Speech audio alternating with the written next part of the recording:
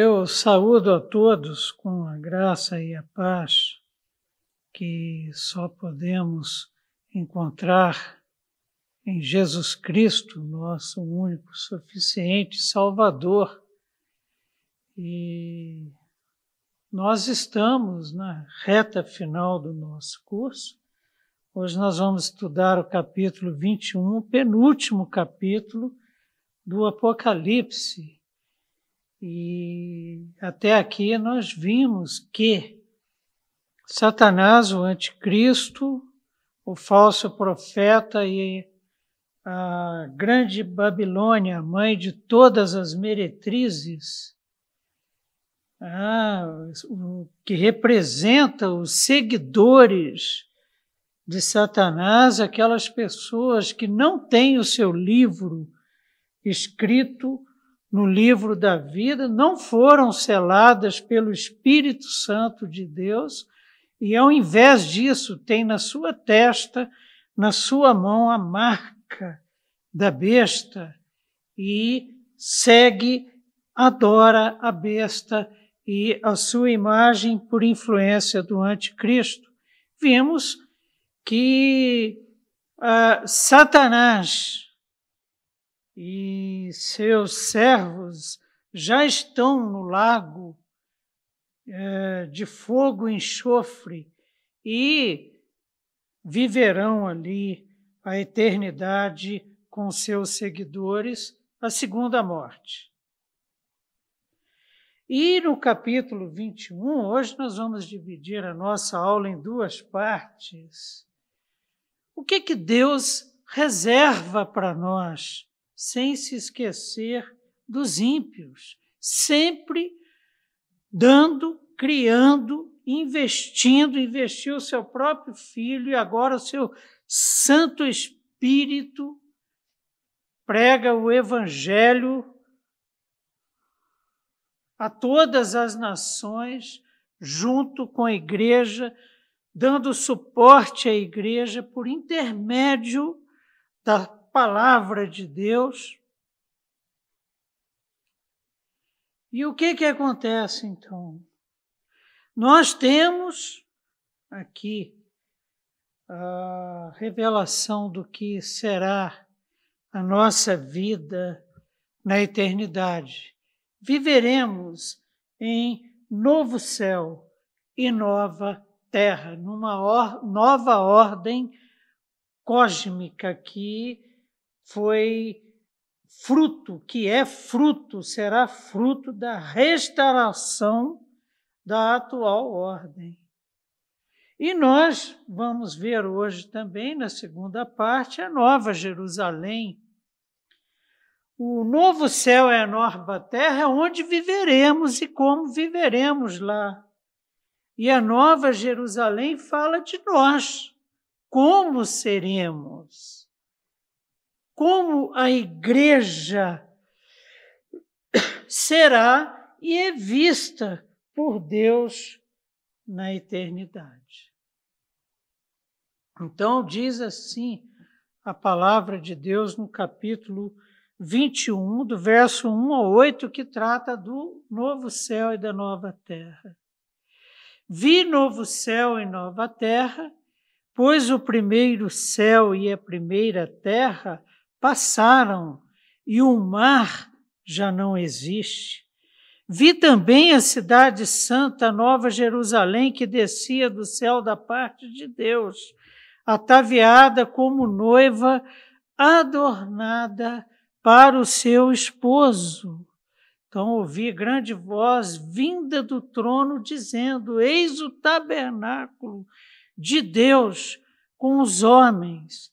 Deus habitará com eles, eles serão povos de Deus, e Deus mesmo estará com eles. E lhes enxugará dos olhos toda lágrima, e a morte já não existirá, já não haverá luto, nem pranto, nem dor, porque as primeiras coisas passaram. E aquele que está assentado no trono diz: eis que faço novas todas as coisas. e acrescentou: escreve, porque estas palavras são fiéis e verdadeiras. Disse-me ainda: tudo está feito. Eu sou o Alfa, o Ômega, o princípio e o fim. Eu, a quem tem sede, darei de graça da fonte da água da vida. O vencedor herdará estas coisas, e eu lhe serei Deus, e ele me será filho. Quanto, porém, aos covardes, aos incrédulos, aos abomináveis, aos assassinos, aos impuros, aos feiticeiros, aos idólatras e a todos os mentirosos, a parte que lhes cabe será no lago que arde com fogo e enxofre, a saber, a segunda morte. Percebam, então, que nós temos aqui a consumação plena da obra de Jesus Cristo, que venceu na cruz do Calvário e julgou e decretou juízo para os ímpios no juízo final e que deu galardão aos seus. Então, Jesus assentado no grande trono branco, como nós vimos, tem à sua esquerda, durante o julgamento, os ímpios, os impuros, aqueles que experimentarão a segunda morte, a morte eterna. E à sua direita tem o seu rebanho, os seus fiéis seguidores, aqueles que, mesmo diante da morte, não negaram o seu nome e que agora experimentarão a vida eterna no novo céu e na nova terra. Há uma conexão íntima, conforme o reverendo André já nos apresentou no estudo que está fazendo do livro de Gênesis, há uma conexão íntima, um imbricamento entre o primeiro livro da Bíblia, o Gênesis, e o último, o Apocalipse. Gênesis conta que Deus criou céus e terra e tudo o que neles há. O Apocalipse descreve novos céus e terra. A recriação de novos céus e de nova terra. O texto não diz que Deus criou nova terra no sentido de acabar com tudo o que existe agora e criar uma nova. Não, ele diz de uma restauração. O texto nos fala, é mais ou menos como quando você faz uma reforma num carro ou numa geladeira, como lá em casa, por exemplo, que nós envelopamos a nossa geladeira. Aí, quando terminou, a Adélia exclamou: ficou como nova. O primeiro céu e a primeira terra passaram. O pecado que entrou na história cósmica lá no Éden foi vencido e foi absolutamente eliminado do cosmos, da Terra, quando João, lá no capítulo 6, vê o universo como sendo enrolado, como num rolo de pergaminho, estrelas caindo, e o fogo purificador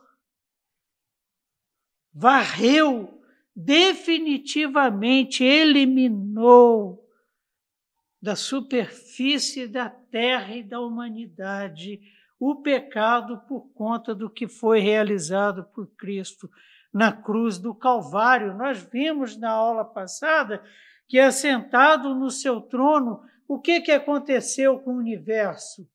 Fugiu da presença dele e foi restaurado por conta do pecado. O primeiro céu e a primeira terra passaram. As próprias fundações da terra passaram pelo fogo purificador. Pedro disse num dos textos que usamos que os elementos derreteram como o ouro purificado no cadinho de Deus. O pecado e a morte é que foram removidos. Osborne, que é um dos principais autores que seguimos nesse estudo, ressalta o contraste entre Kainos, novo, e Protos, primeiro. Para ele, novo enfatiza mais a qualidade do que o aspecto temporal. Haverá uma realidade nova, uma nova existência em que todos os aspectos negativos oriundos do pecado do primeiro mundo, toda mancha de pecado, serão removidos pelo fogo purificador de Deus. A primeira ordem desaparecerá. Alegremo-nos, exultemos e demos-lhe a glória, porque são chegadas as bodas do Cordeiro, que acontecerão onde? Novo céu e nova terra, cuja esposa a si mesmo já ataviou. Em 21:9 nós temos, então veio um dos 7 anjos que tem as 7 taças cheias dos últimos 7 flagelos e falou comigo dizendo: vem, mostrar-te-ei a noiva, a esposa do Cordeiro, e me transportou em espírito até uma grande e elevada montanha e me mostrou a santa cidade, Jerusalém, que descia do céu da parte de Deus e descia como uma noiva ataviada. Essa é a realidade. A igreja glorificada tomando posse de novo céu e nova terra, onde Deus enxugará dos olhos toda lágrima. Em Ezequiel 40:1 encontramos: então me senti transportado em visões divinas à terra de Israel. Ezequiel está sendo transportado ao novo céu e à nova terra, e Deus me colocou sobre um monte alto, sobre o qual no lado sul havia alguns edifícios, a nova Jerusalém. Então vejam, o seu fulgor era preciosíssimo. Nós, nos novos céus e na nova terra. Isaías 65:17 está escrito: pois eis que crio novos céus e nova terra, e não haverá lembrança das coisas passadas, jamais haverá memória delas. Por que Deus cria novos céus e nova terra, no nosso entender? Por causa da igreja, por causa daquilo que Jesus Cristo fez na cruz do Calvário e com o seu sangue nos comprou por alto preço. Ele cria novos céus e nova terra, restaura a antiga ordem, tira dela do pecado por causa da igreja, e não haverá lembrança das coisas passadas. Em Apocalipse 20:11, a gente vai ficar remoendo isso. Vi um grande trono branco e aquele que nele se assenta, de cuja presença fugiram terra e céu, porque estão sendo restaurados. 2 Pedro 3,13, nós, porém, segundo a sua promessa, esperamos novos céus e nova terra, nos quais habita a justiça. Satanás e seus seguidores estão no lago de fogo e viveremos onde? Novos céus e nova terra. Passará o céu e a terra, porém as minhas palavras não passarão. Quem está falando isso? Jesus Cristo, as minhas promessas não passarão. E PJB, você viverá comigo em novo céu e nova terra, onde não haverá mais o pecado e o seu salário, e viveremos juntos por toda a eternidade. Uma outra coisa que o texto afirma no verso 1 é que o mar já não existe. Mar, na palavra de Deus, no Apocalipse, significa o Hades, a morte.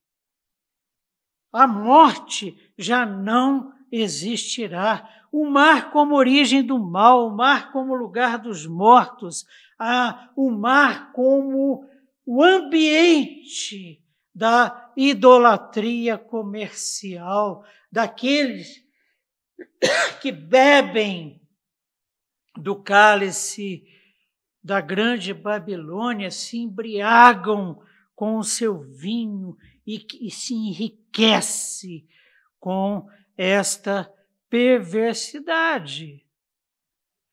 Então, o mar como símbolo de morte.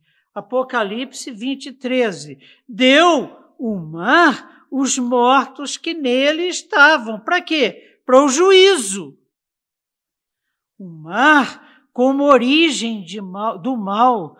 Apocalipse 13:1. De onde é que vem a besta?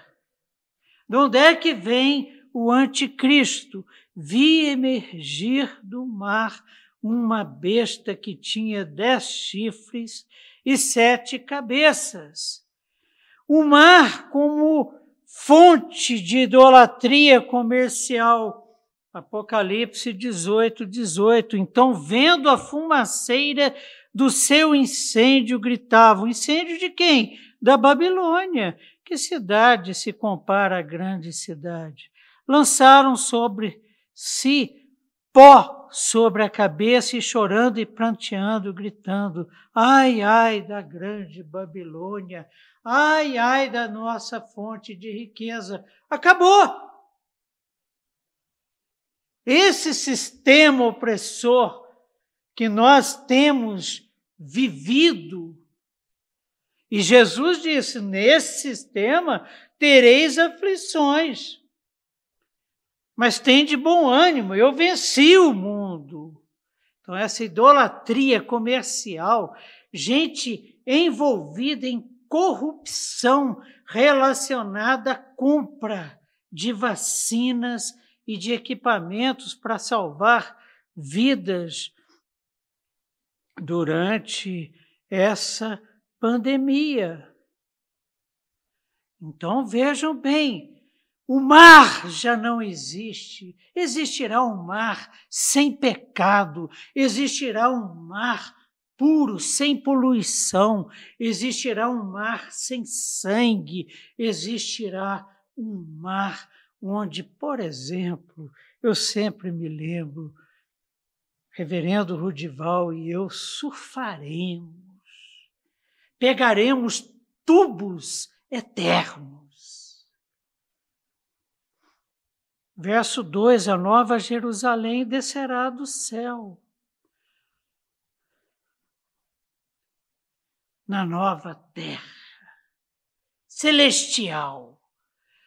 A antiga Jerusalém, nós vimos, crucificou Cristo, se opôs às 2 testemunhas, vinculou-se à Babilônia. A antiga Jerusalém já não existe mais. Agora é a igreja que abraçou Israel, que abraçou todos aqueles que aceitaram o que Jesus Cristo realizou na cruz do Calvário, abraçou o verdadeiro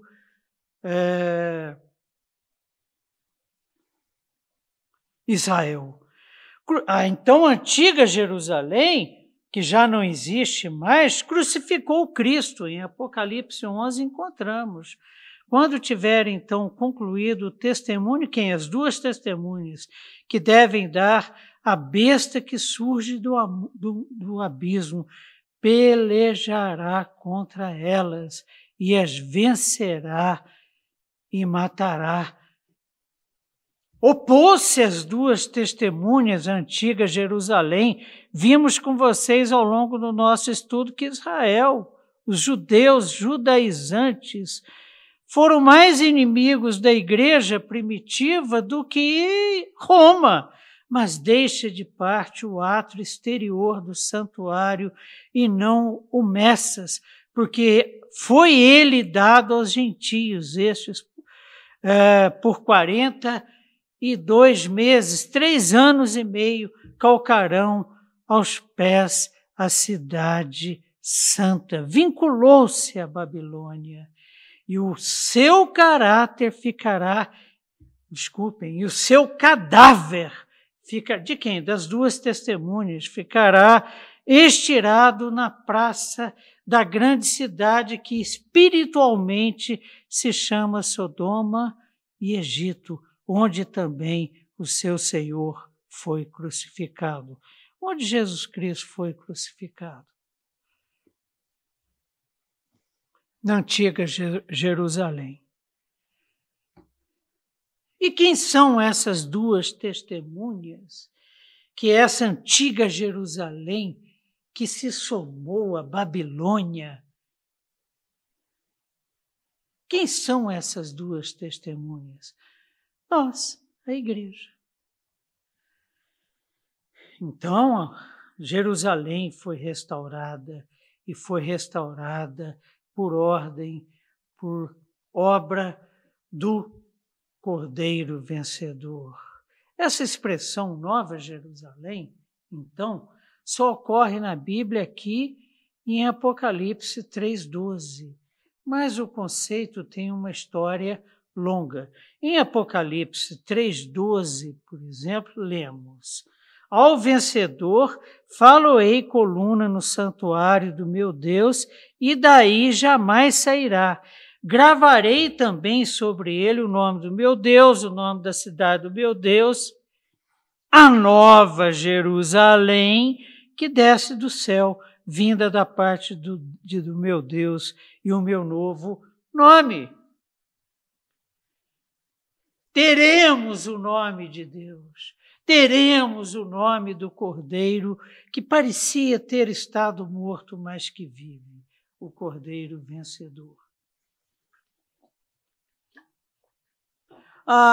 O termo também aparece em Isaías 2:2. Nos últimos dias acontecerá que o monte da casa do Senhor será estabelecido no cimo dos montes, e se elevará sobre os outeiros, e para ele afluirão todos os povos.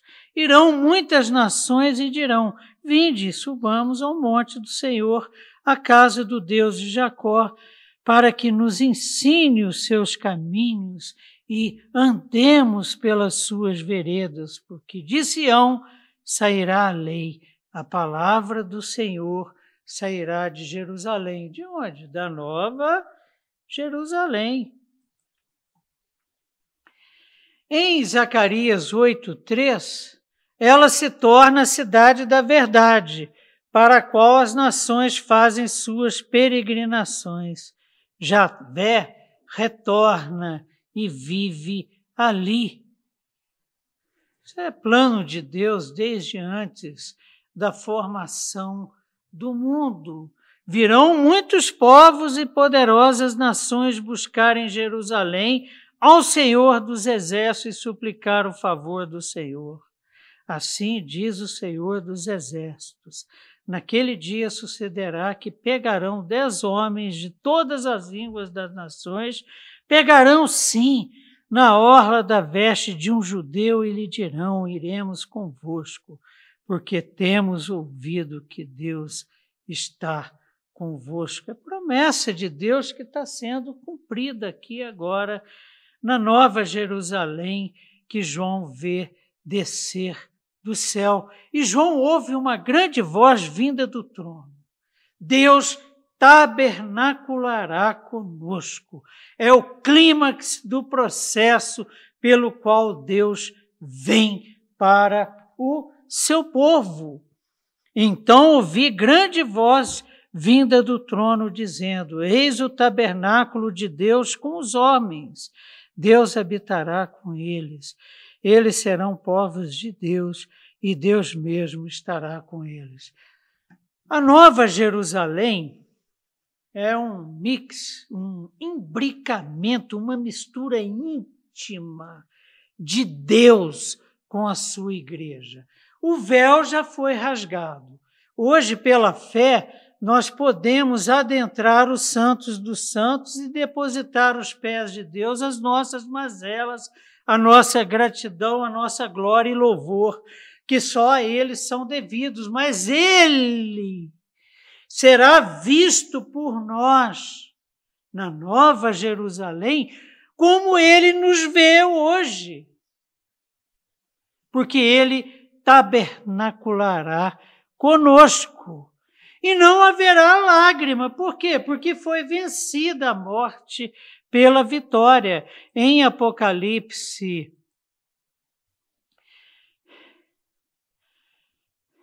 7:17, nós encontramos: pois o Cordeiro que se encontra no meio do trono os apacentará e os guiará para as fontes da água da vida, e Deus lhe enxugará dos olhos toda lágrima, porque tragada foi a morte pela vitória.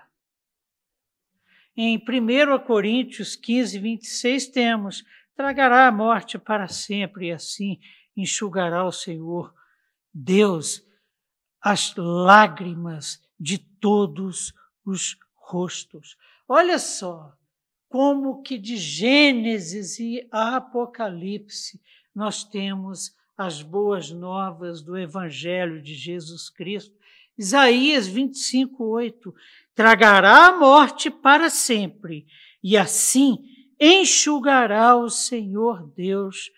Texto base para o que João escreveu: enxugará o Senhor Deus as lágrimas de todos os rostos e tirará de toda a terra o opróbrio do seu povo, porque o Senhor falou e assim será.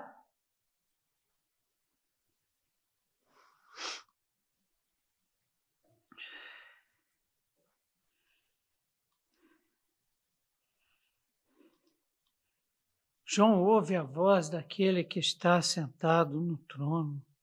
Só Deus, pelo seu Espírito Santo, faz novas todas as coisas. Verso 5. E aquele que está sentado no trono disse: eis que faço novas todas as coisas. Eu faço novas todas as coisas. O texto não está dizendo que eis que faço novas coisas.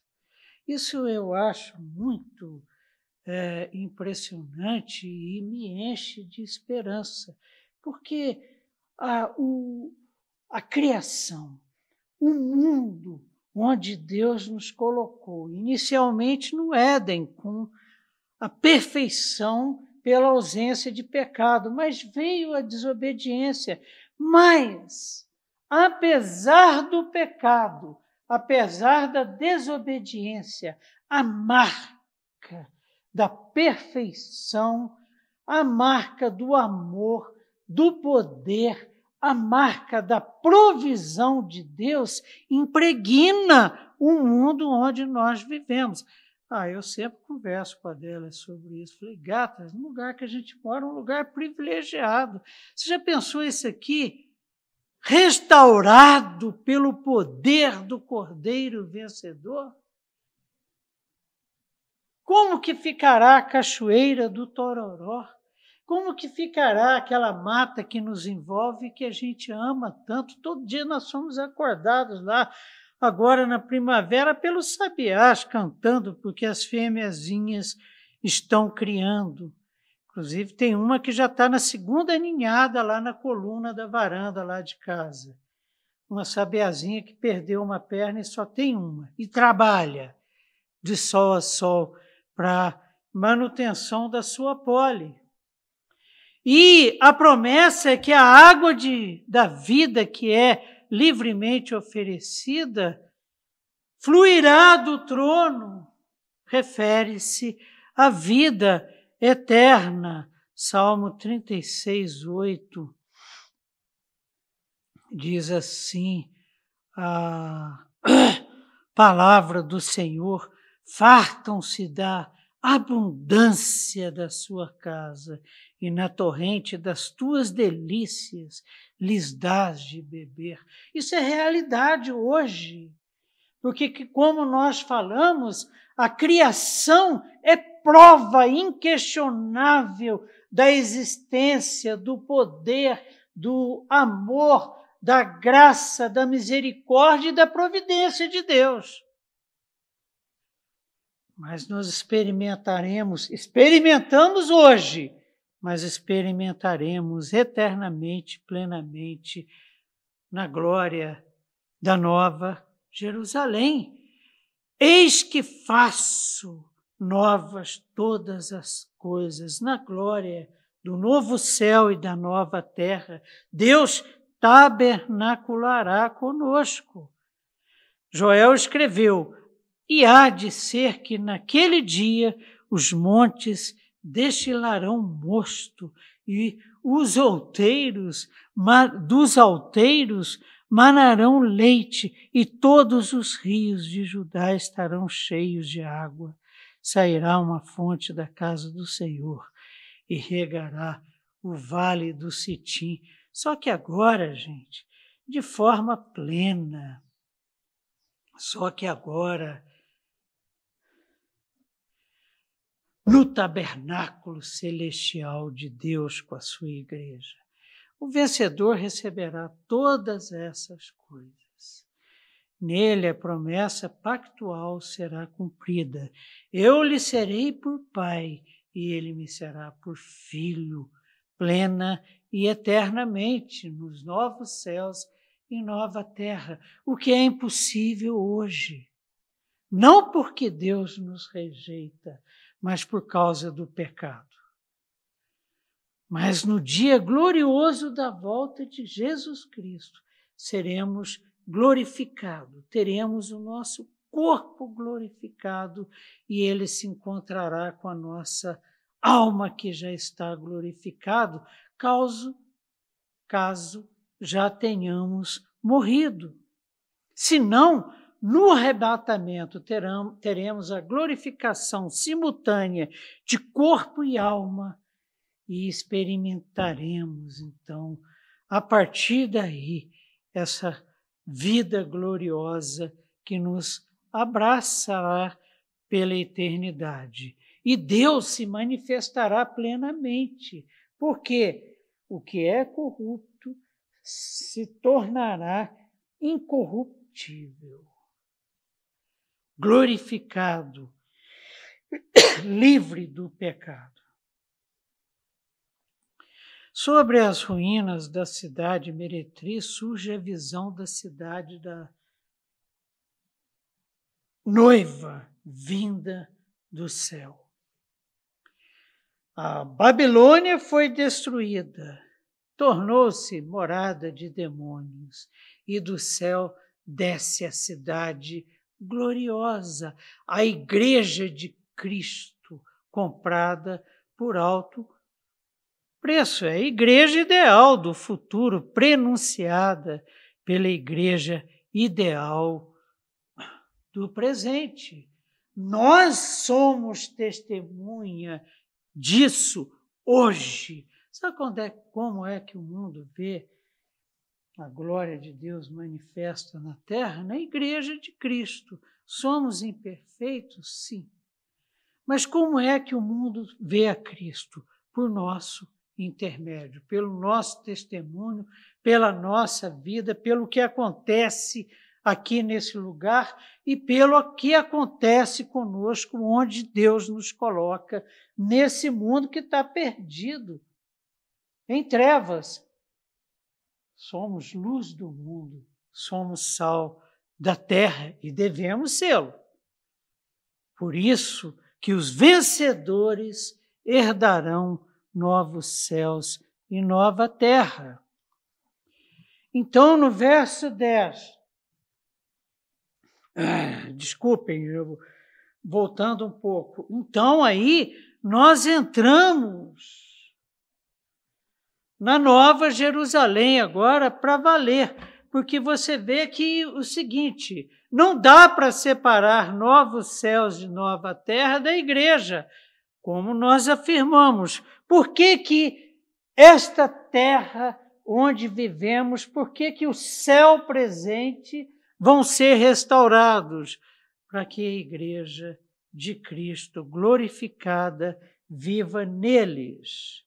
Então diz assim a palavra do Senhor a partir de Apocalipse 21, verso 9, até 22, verso 5, que trata dessa nova Jerusalém, que trata de nós. Eu já ouvi alguém falando assim, puxa vida, olha a nova Jerusalém, como será? Nós somos os filhos do rei, nós viveremos numa cidade de ouro, nós viveremos numa cidade de pérolas, nós viveremos numa cidade de pedras preciosas. Falando de nós mesmos. É assim que Deus nos vê.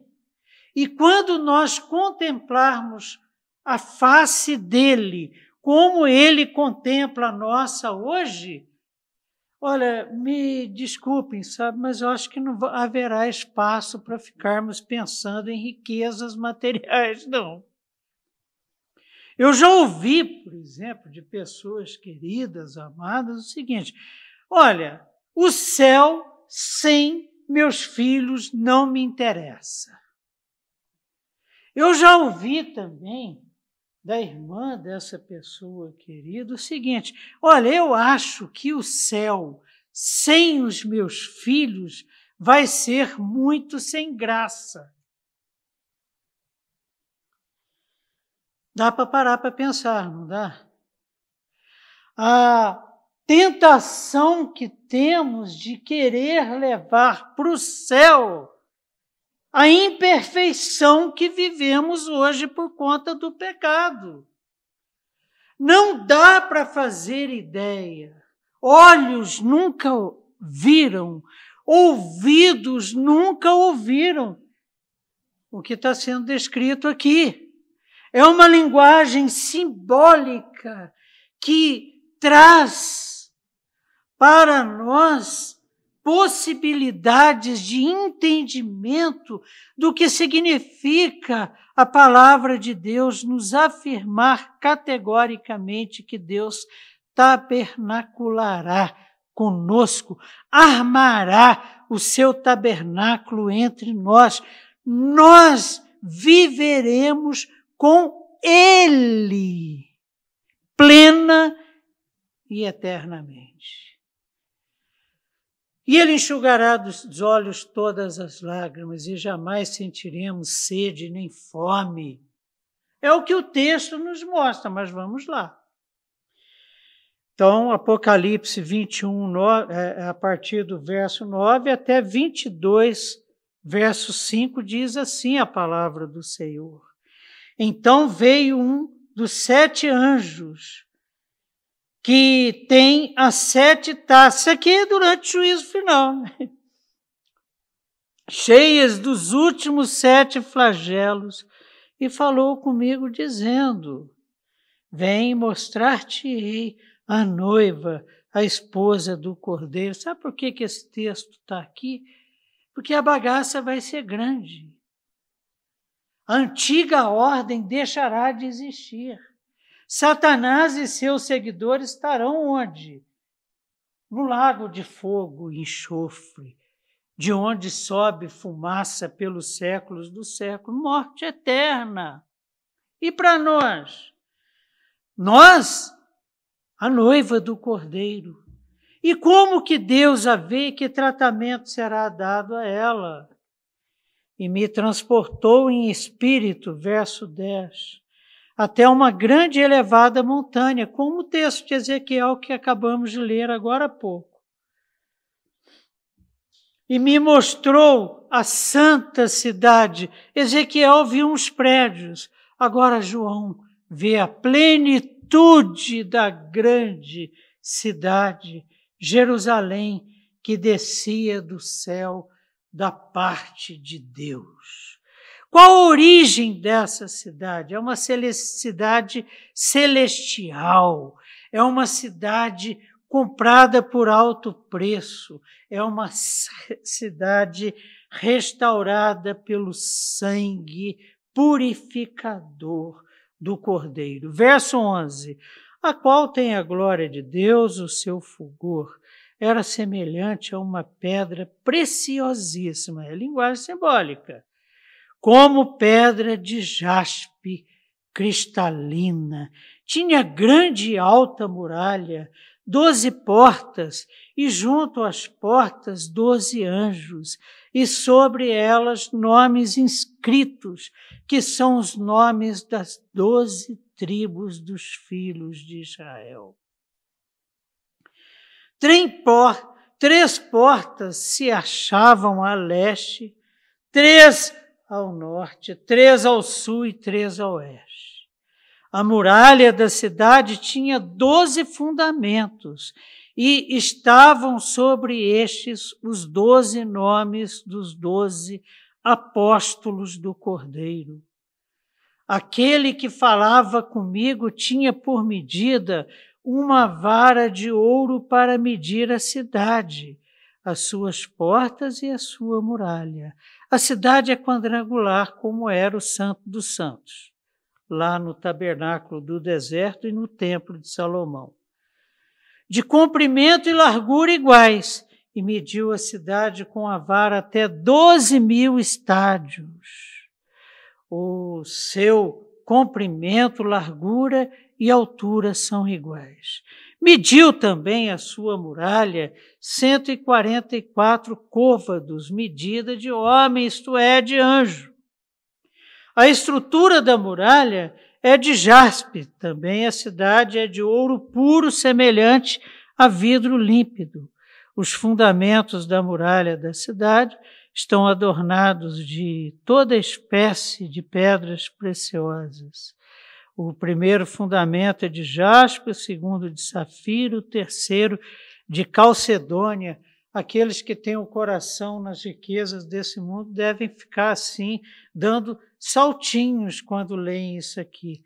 O quarto de esmeralda, o quinto de sardônio, o sexto de sárdio, o sétimo de crisólito, o oitavo de berilo, o nono de topázio, o 10º de crisópraso, um 10º de jacinto, o 12º de ametista, só pedra preciosa. As 12 portas são 12 pérolas. Aí, já viram o colar de pérolas da rainha Elizabeth? As 12 portas são de pérolas. E cada uma dessas portas de uma só pérola. Sentiram o tamanho da pérola? A praça da cidade é de ouro puro. Aí a galera, como vidro transparente. Nela não vi santuário. Aqui é a nossa herança. Nela não vi santuário, porque o seu santuário é o Senhor. Ele vai tabernacular conosco. O Deus Todo-Poderoso e o Cordeiro que está sentado à sua destra. A cidade não precisa nem do sol nem da lua, o que não significa que eles não existirão, né?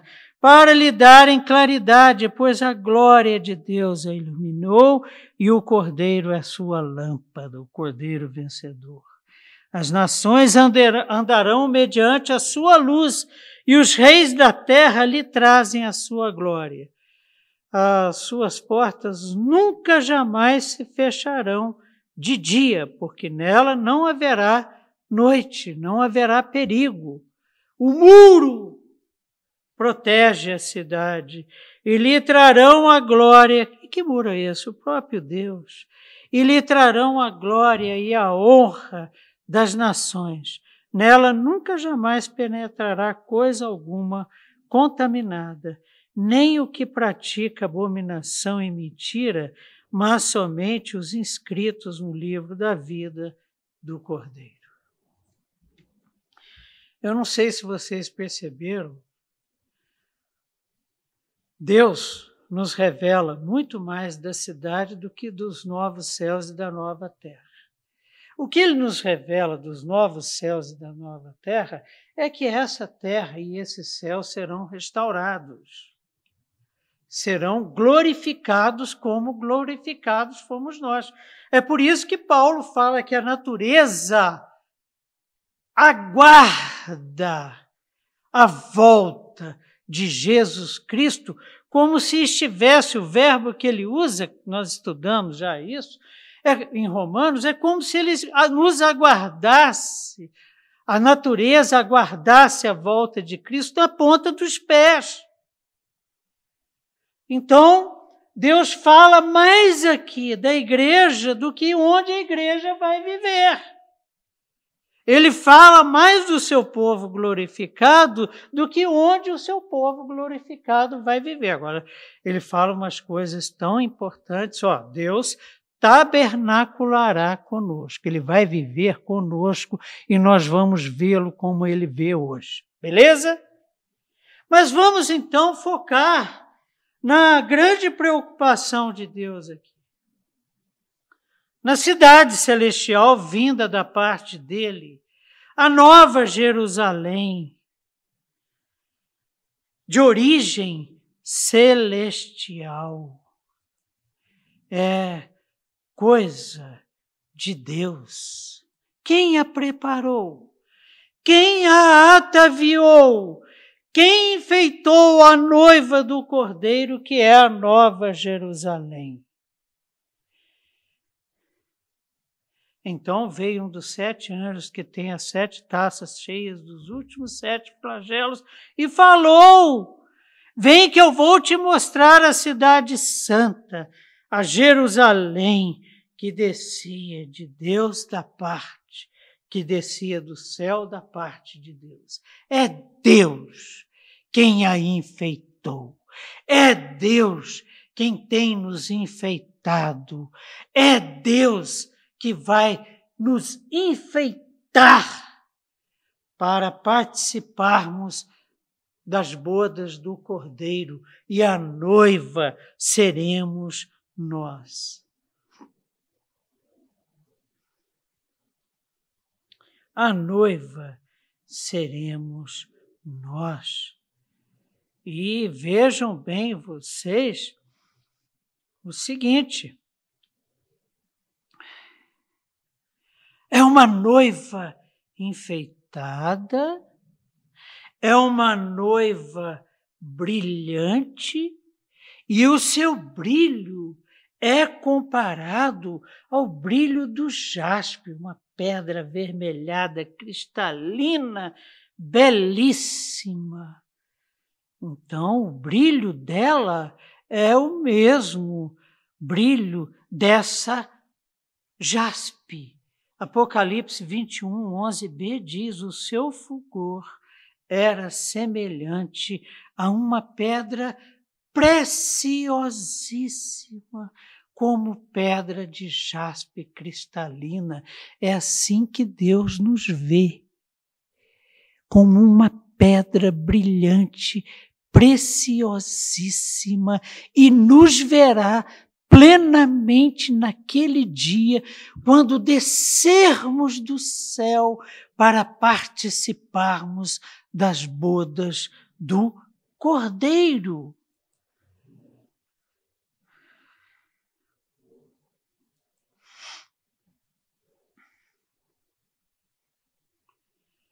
A igreja de Cristo, que foi comprada por alto preço, desce do céu e João percebe o seu brilho, o brilho da igreja glorificada. Várias foram as simbologias usadas por João, para nos revelar acerca do futuro da igreja. Lembram da grande multidão de Apocalipse 7, 9? Vale a pena você ir lá e dar uma relida. Lembram das duas testemunhas? Apocalipse 11, 13. Lembra da mulher gloriosa? Apocalipse 12, 1. Lembra dos 144 que estão com Cristo sobre o Monte Sião? A mesma Nova Jerusalém. Os 144.000 selados de Apocalipse 14, 1. Vale a pena, rapidinho, passarmos por esses textos. Apocalipse 7, 9. Depois dessas coisas, vi e eis grande multidão que ninguém podia enumerar. Quem? Nós. Eu estou lá, você está lá. De todas as nações, tribos, povos e línguas, e os nossos irmãos que foram comprados por alto preço ao longo da história, que estarão em pé diante do Cordeiro, e diante dele estarão vestidos de vestiduras brancas. O que lavou essas vestiduras? O sangue precioso derramado na cruz do Calvário. E sobre as duas testemunhas, lembram que vão pregar o Evangelho? Darei as minhas duas testemunhas que profetizem por 1260 dias, o tempo do escatom. E a mulher? Viu-se um grande sinal no céu, Apocalipse 12, 1, a saber, uma mulher vestida do sol, com a lua debaixo dos pés e uma coroa de 12 estrelas na cabeça. Quem nós estudamos que é essa mulher? Quem é ela? A igreja. Apocalipse 14, 1. Olhei e eis o Cordeiro em pé sobre o monte Sião, e com ele 144.000, tendo na fronte escrito o seu nome e o nome do seu Pai, aqueles que foram selados pelo Espírito Santo de Deus. Eu, você. Qual a maior prova disso? Gente, eu tinha um vulcão aqui no peito que não tinha o que apagasse, igual aquele lá da Espanha, que está fazendo o maior estrago agora. Pensei que com um cigarro eu resolveria isso. E esse vulcão só apagou no dia em que eu me prostrei e falei, não aguento mais, e fui selado. Os 144.000. Falando de Nova Jerusalém, falando de a mulher gloriosa, falando de tudo que está sendo dito e afirmado aqui no Apocalipse, está falando de nós. Bom, mas vamos continuar. A cidade foi medida. E o comprimento, a largura e a altura de 12.000 estádios foi aferida. Gente, uma cidade enorme. O quadrado que ela vai ocupar tem a medida de 2.200 quilômetros daqui no extremo sul do nosso país. Agora, por que uma cidade tão grande? Bom, uma multidão que não se pode contar. Não foi o que João viu? uma multidão que não se, acabamos de ler agora, que não se pode contar e que está vestida de branco. É ela que simbolicamente vai habitar a Nova Jerusalém. Cidade, gente, não é prédio. Cidade é quem vive nela. Qualidade de vida não é o que foi construído, não é a riqueza que ali existe. Qualidade de vida é medida por índice de desenvolvimento humano. Gente. E é gente. João não pôde contar. 2.200 quilômetros de largura, de comprimento e de altura. É a cidade que João viu. Um cubo perfeito. Como era um cubo perfeito? O Santo dos Santos no tabernáculo, como era um cubo perfeito, o Santo dos Santos no templo de Salomão. E quem é que ficava no templo de Salomão? O que ficava? A Arca da Aliança, que era o estrado dos pés de quem? Dele. Ele vai estar conosco. O Santo dos Santos, agora, eternamente, é a igreja, é a Nova Jerusalém. Somos nós, nos novos céus e na nova terra. Garantia da presença e proteção eterna de Deus.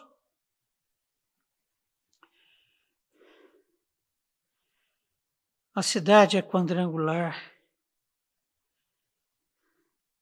E como é que a voz que vem do trono, a voz do Cordeiro, nos apresenta esse tabernáculo? Eis o tabernáculo de Deus com os homens. Deus habitará com eles. Eles serão povos de Deus e Deus mesmo estará com eles. A nossa herança, queridos, está escrito, é o Senhor. Lá em 1 Reis, está escrito, capítulo 6, 20, era o Santo dos Santos de 20 côvados, 9 metros de comprimento, 20 de largura, 20 de altura. Cobriu-os de ouro puro. Cobriu também de ouro o altar de cedro. Lá eram 9 metros de largura, 9 de comprimento e 9 de altura. Na Nova Jerusalém, onde nós vamos habitar com Deus por toda a eternidade. 2.200 quilômetros. Sabe o que isso quer dizer? Cabe todo mundo. Pode pregar o Evangelho. Pode levar o Evangelho até os confins da terra. Que haverá lugar, porque aquele que é fiel e que morreu na cruz do Calvário, prometeu, olha, eu tenho que ir agora, porque eu vou preparar-vos lugar.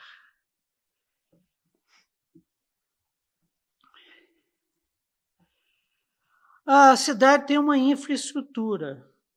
Isso aqui eu baseei um pouco, dei uma revisitada na minha tese, porque eu trato muito das infraestruturas das cidades, para saber se elas são sustentáveis ou não. Fiz isso com Brasília.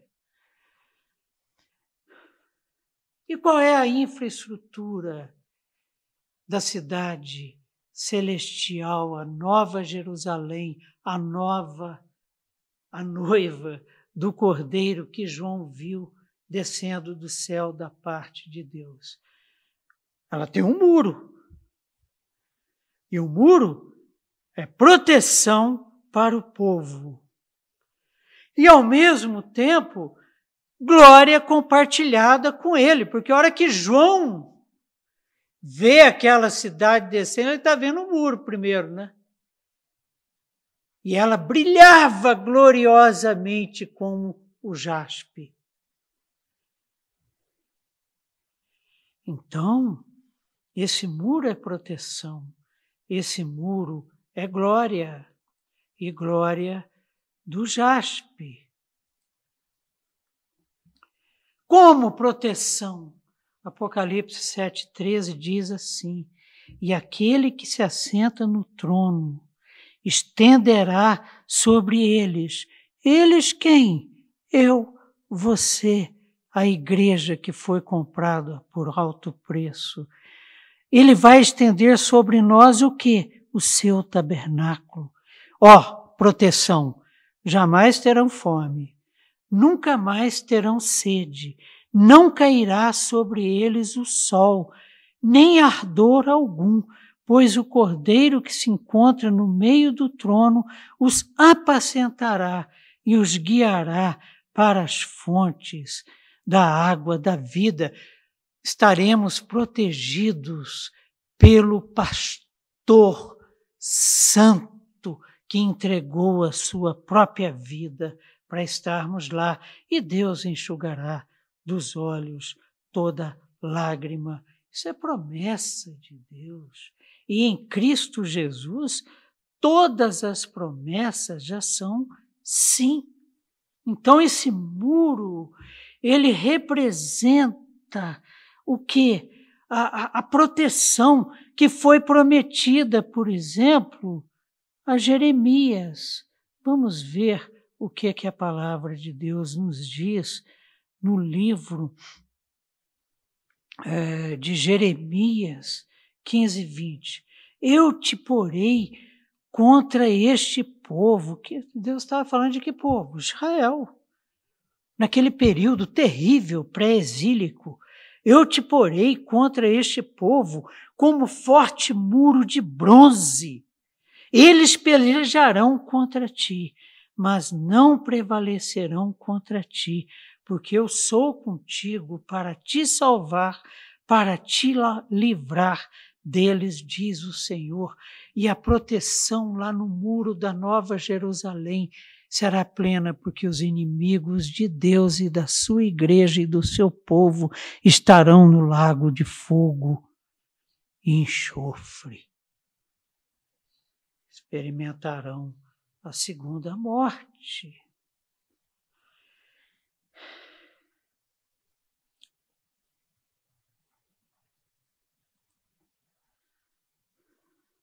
E os fundamentos? E a base? Porque o muro é grande. Os fundamentos são os 12 apóstolos fiéis. Nós estamos afirmando isso com base em quê? Com base no texto que nós estamos estudando. Diz assim, Apocalipse 21, verso 14. A muralha da cidade tinha 12 fundamentos, e estavam sobre estes o nome de quem? O nome dos 12 apóstolos do Cordeiro.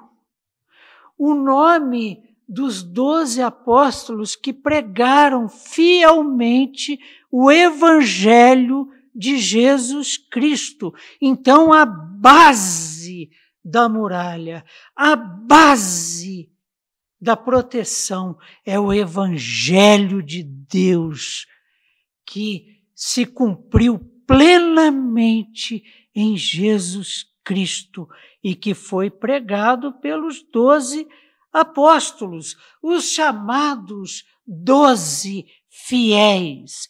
João 20, 24 diz assim: ora, Tomé, um dos 12, chamado Dídimo, não estava com eles quando veio Jesus. Não estava com eles quem? Os 12. Tomé, um dos 12. 1 Coríntios 15, 5 também diz assim: e apareceu a Cefas. E depois que apareceu a Cefas, apareceu a quem? Aos 12 apóstolos, a base da muralha. E essa base da muralha é base representada, simbolizada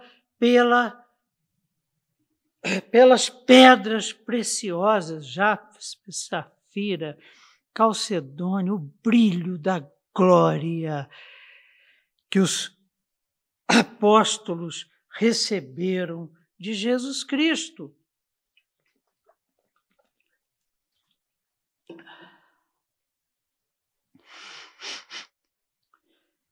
A cidade tem, além de 12 fundamentos, ela tem 12 portas, por onde entraremos e sairemos. E lemos que essas 12 portas, cada uma será uma pérola.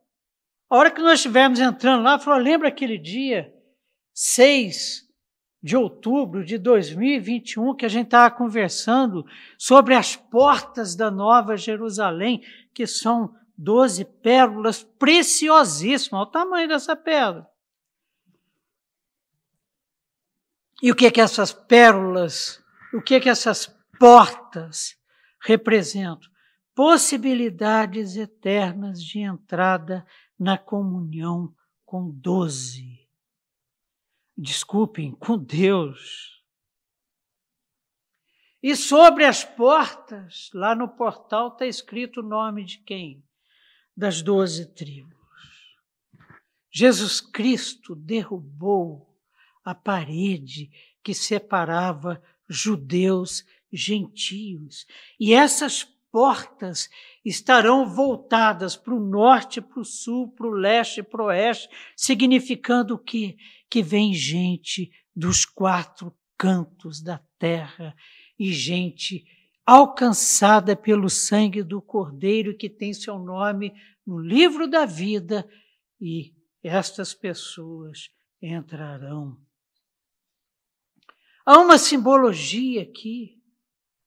Da mesma forma que o Evangelho é a base, conforme o fundamento, conforme Efésios.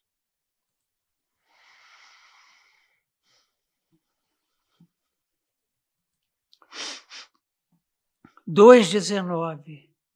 Assim, já não sois estrangeiros e peregrinos, mas concidadãos dos santos, e sois famílias de Deus, edificados sobre o fundamento dos apóstolos e profetas, sendo Ele mesmo, Cristo Jesus, a pedra angular. Da mesma forma, teremos entrada na cidade santa, na Nova Jerusalém. Por quê?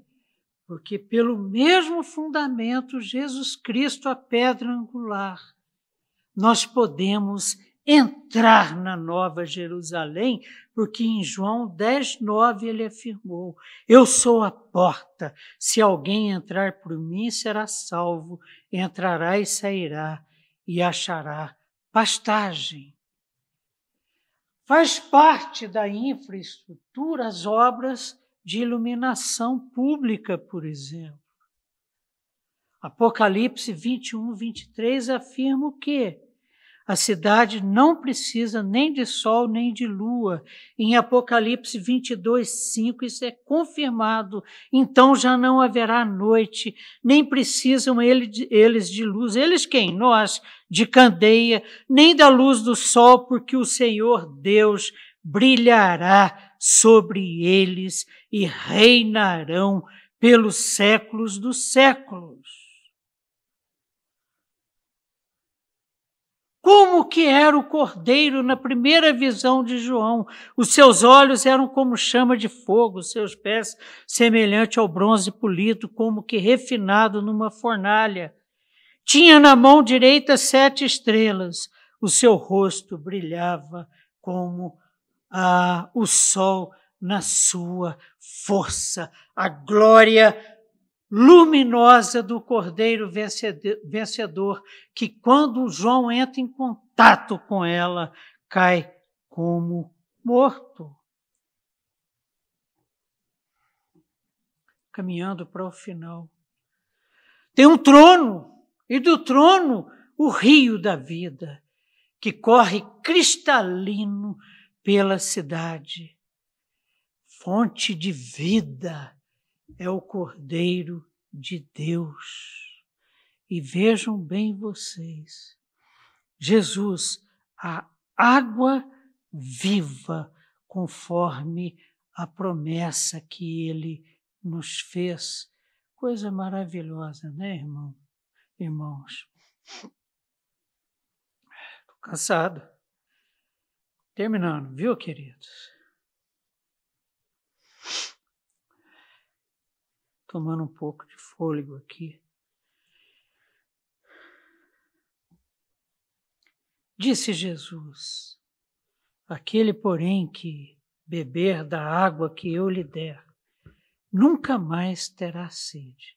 Pelo contrário, a água que eu lhe der será dele uma fonte a jorrar para a vida eterna, como a fonte que há no trono, e jorrará um rio de água viva que vai fluir por toda a eternidade. Não estará sujeito aos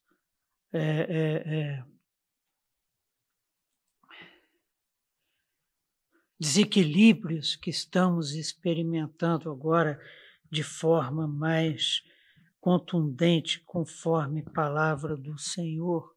Estamos passando por uma crise hídrica como o país nunca passou. Mas a cidade também possui avenidas. As 12 portas são 12 pérolas, e cada uma dessas portas de uma só pérola. A praça da cidade é de ouro puro. Quando você entra pela porta, por uma avenida, você chega a uma praça, que é outro equipamento da cidade, além do trono, e é de ouro puro, como vidro transparente. Jesus é essa avenida, Jesus é essa porta, Jesus é esse rio de água cristalina. Respondeu-lhe Jesus: eu sou o caminho que vai até a praça, a verdade e a vida. Ninguém vai ao trono, ninguém vai ao Pai na Nova Jerusalém, senão por mim. Aleluia! Fomos alcançados por esta graça maravilhosa. Quem é que vai viver nessa cidade? Os vencedores. Apocalipse 21, 7 diz o seguinte. Deixa eu tomar fôlego, fiz sangria. Aí quando eu faço sangria,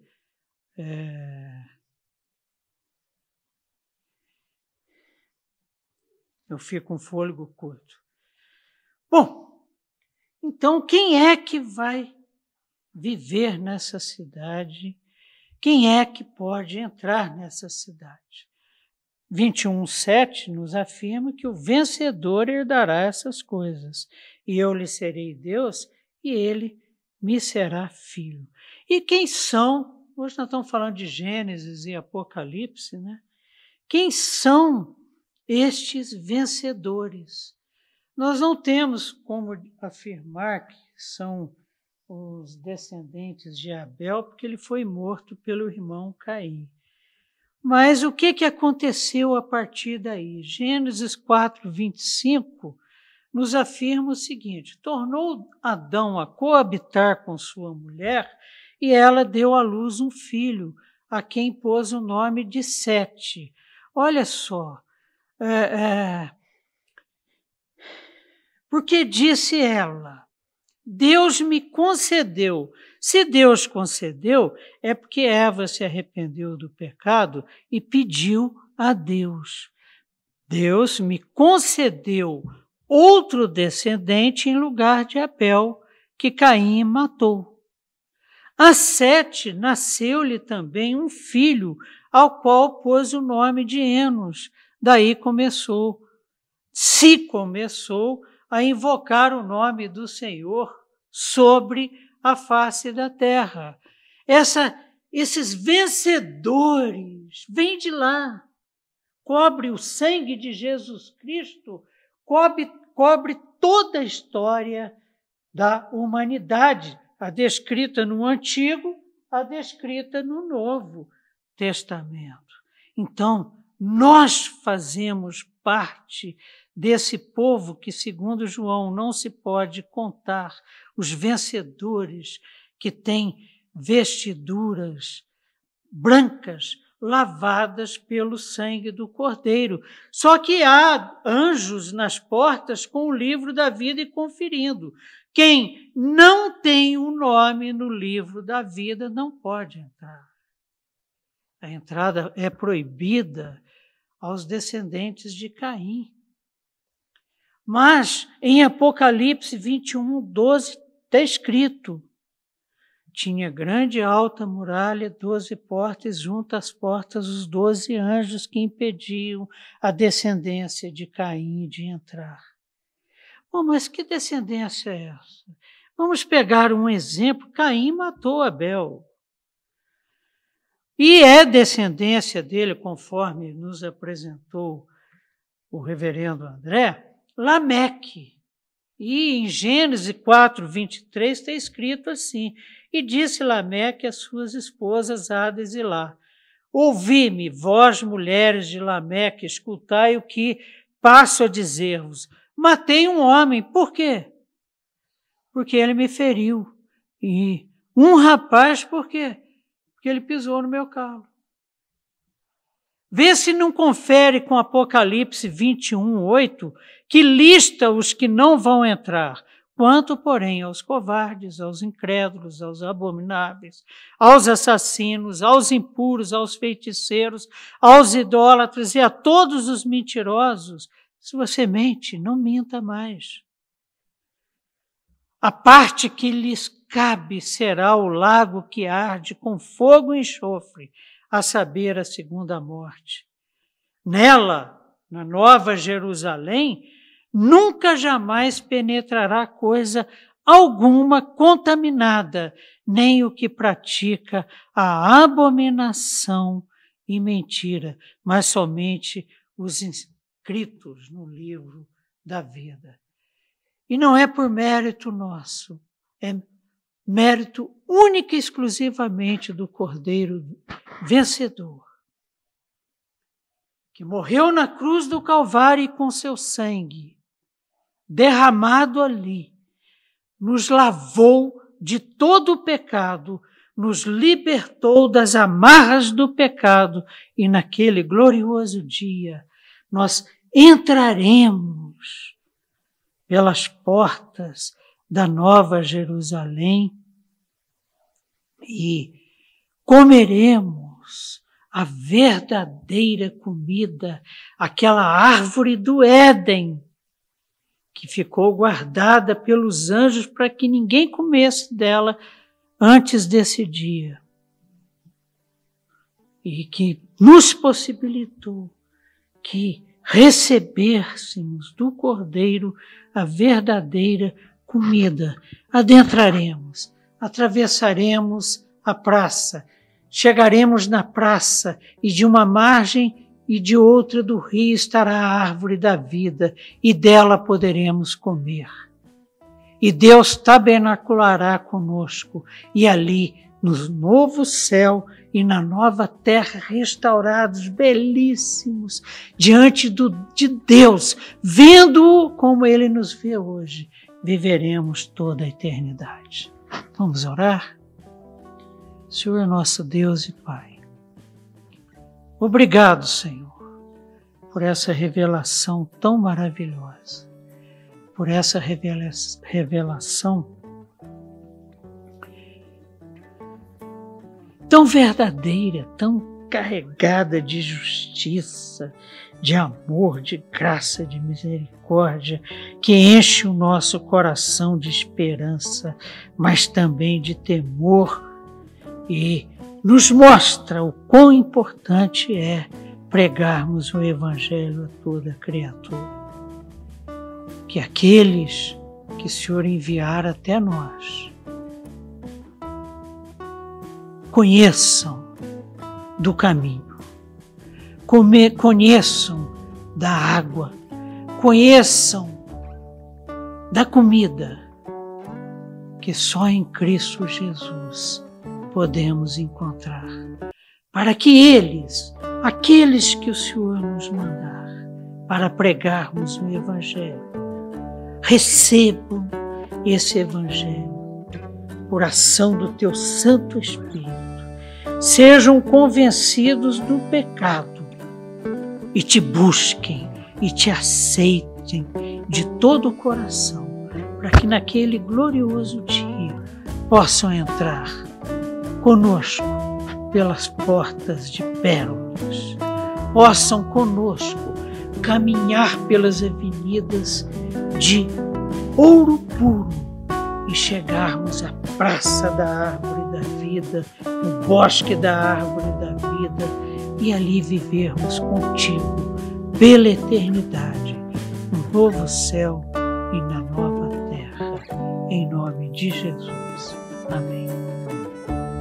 Isso aí, gente. Hoje a aula encobridou um pouco, porque isso foi o que Deus colocou no nosso coração para compartilharmos com os queridos e queridas nessa bela manhã de primavera de 6 de setembro de 2021.